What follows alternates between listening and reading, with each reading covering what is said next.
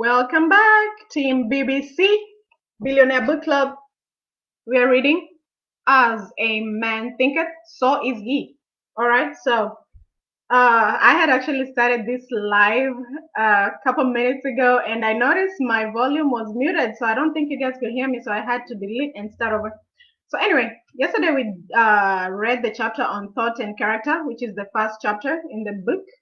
Okay, and so today we are talking about effect of thought on circumstances. Let me see if y'all can see it. All right, the effect that our thoughts have on our circumstances.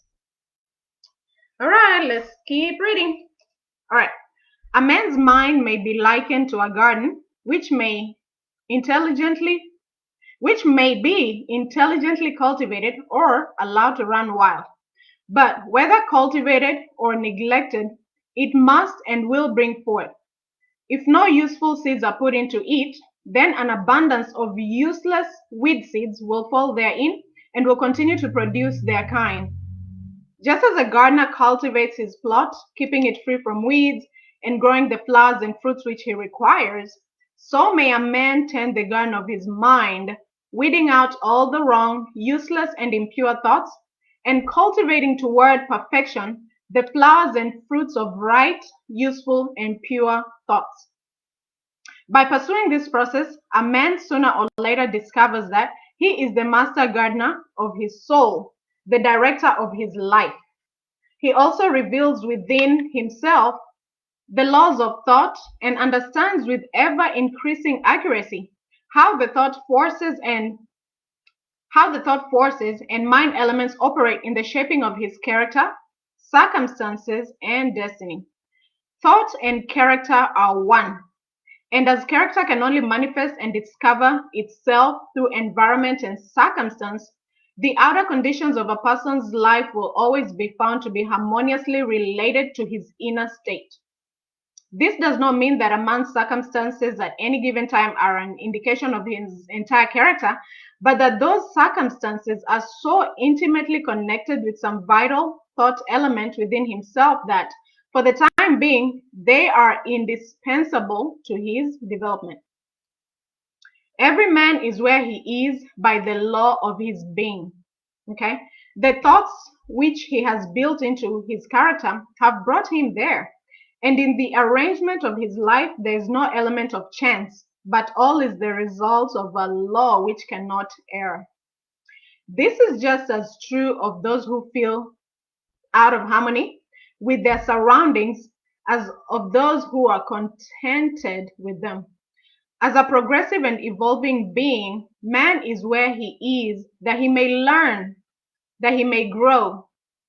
And as he learns the spiritual lesson which any circumstance contains for him, it passes away and gives place to other circumstances. Man is buffeted by circumstances so long as he believes himself to be the creature of outside conditions.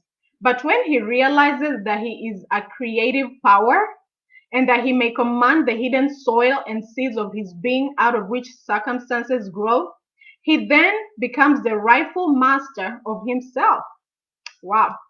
So let me just recap that. It says we may be buffeted, right, by circumstances as long as we believe to be the creature of outside conditions, right? So if we look at our lives and we're like, oh, this is happening to my life, to me because of somebody else or something else. No, we are the creator of our circumstances.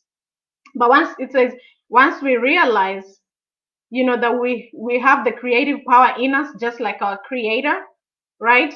We then become the rightful master of ourselves. That circumstances grow out of thought. Every man knows who has for any length of time practiced self-control and self-purification, for he will have noticed that the alteration in his circumstances has been in exact ratio with his altered mental condition.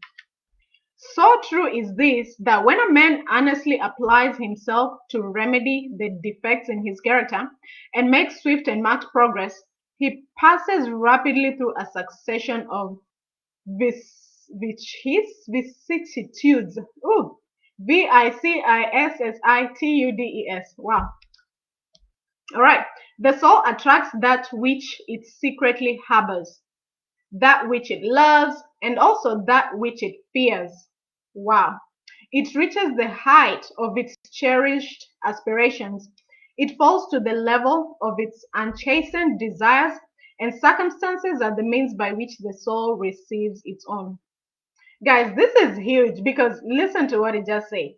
The soul attracts that which it secretly harbors, that which it loves, and also that which it fears. Guys, back in the day, I used to sit there and my thought process was, I don't want this to happen. I don't want this. I don't want this. I don't want this. And guys, guess what? Everything I didn't want, I got. And I never understood why. Because I was like, how come God, I pray, I don't want this thing, I don't want that thing, but it keeps happening. Guys, the law of attraction. It says the soul attracts whatever you're attracting, whatever you're thinking is what you will get. Okay? Every thought, seed sown or allowed to fall into the mind and to take root there produces its own, blossoming sooner or later into act and bearing its own footage of opportunity and circumstance. Good thoughts bear good fruit. Bad thoughts, bad fruit. Ain't that the truth? Right?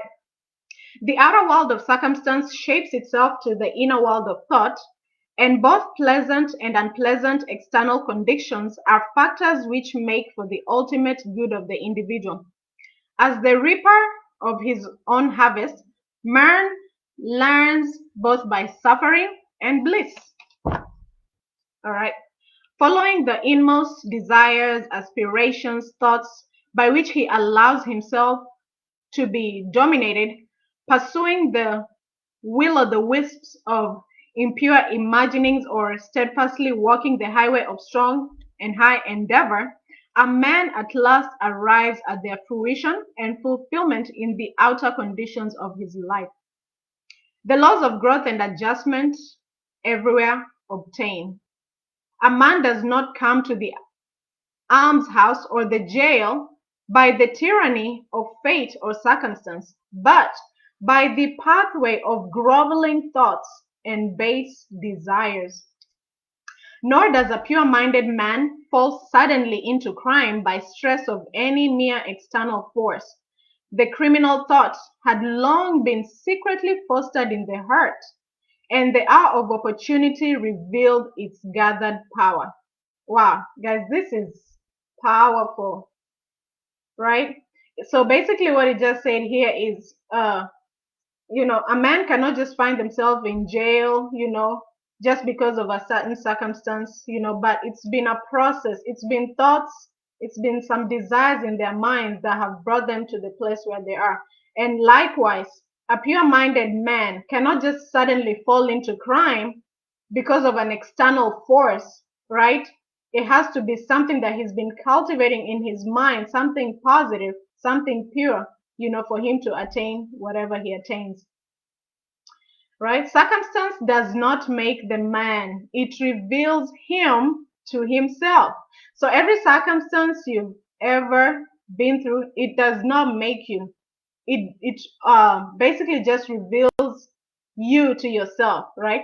No such conditions can exist as descending into vice and its attendant sufferings apart from vicious inclinations, or ascending into virtue and its pure happiness without the continued cultivation of virtuous aspirations. And man, therefore, as the Lord and Master of thought, is the maker of himself, the shaper and author of environment. Even at birth, the soul comes to its own, and through every step of its earthly pilgrimage, it attracts those combinations of conditions which reveal itself, which are the reflections of its own purity and impurity, its strength and weakness. Men do not attract that which they want, but that which they are. I'll say that again. Men do not attract that which they want, but that which they are. Their whims, fancies, and ambitions are thwarted at every step but their inmost thoughts and desires are fed with their own food, be it foul or clean. The divinity that shapes our ends is in ourselves. It is our very self. Man is manacled only by himself. Thought and action are the jailers of fate. They imprison. Being base, they are also the angels of freedom. They liberate, being noble. Not what he wishes and prays for does a man get, but what he justly earns. His wishes and prayers are only gratified and answered when they harmonize with his thoughts and actions. Wow. Guys, listen to this again. Your wishes, my wishes and prayers are only gratified and answered when they harmonize with our thoughts and our actions, right? So anything that we've ever wished for, everything we've ever prayed for can only come into fruition when it harmonizes with our thoughts and actions, okay? In the light of this truth, what then is the meaning of fighting against circumstances? It means that a man is continually revolting against an effect without, while all the time he is nourishing and preserving its cause in his heart. That cause may take the form of a conscious vice or an unconscious weakness, but whatever it is, it stubbornly retards the efforts of its possessor and thus calls aloud for remedy. Men are anxious to improve their circumstances, but are unwilling to improve themselves. They therefore remain bound. Guys, let me read that again because that is powerful. It says, men are anxious to improve their circumstances, but are unwilling to improve themselves. They therefore remain bound. How many times have we desired to improve our circumstances, to change something in our lives, but we are not willing to change, right? I know I have.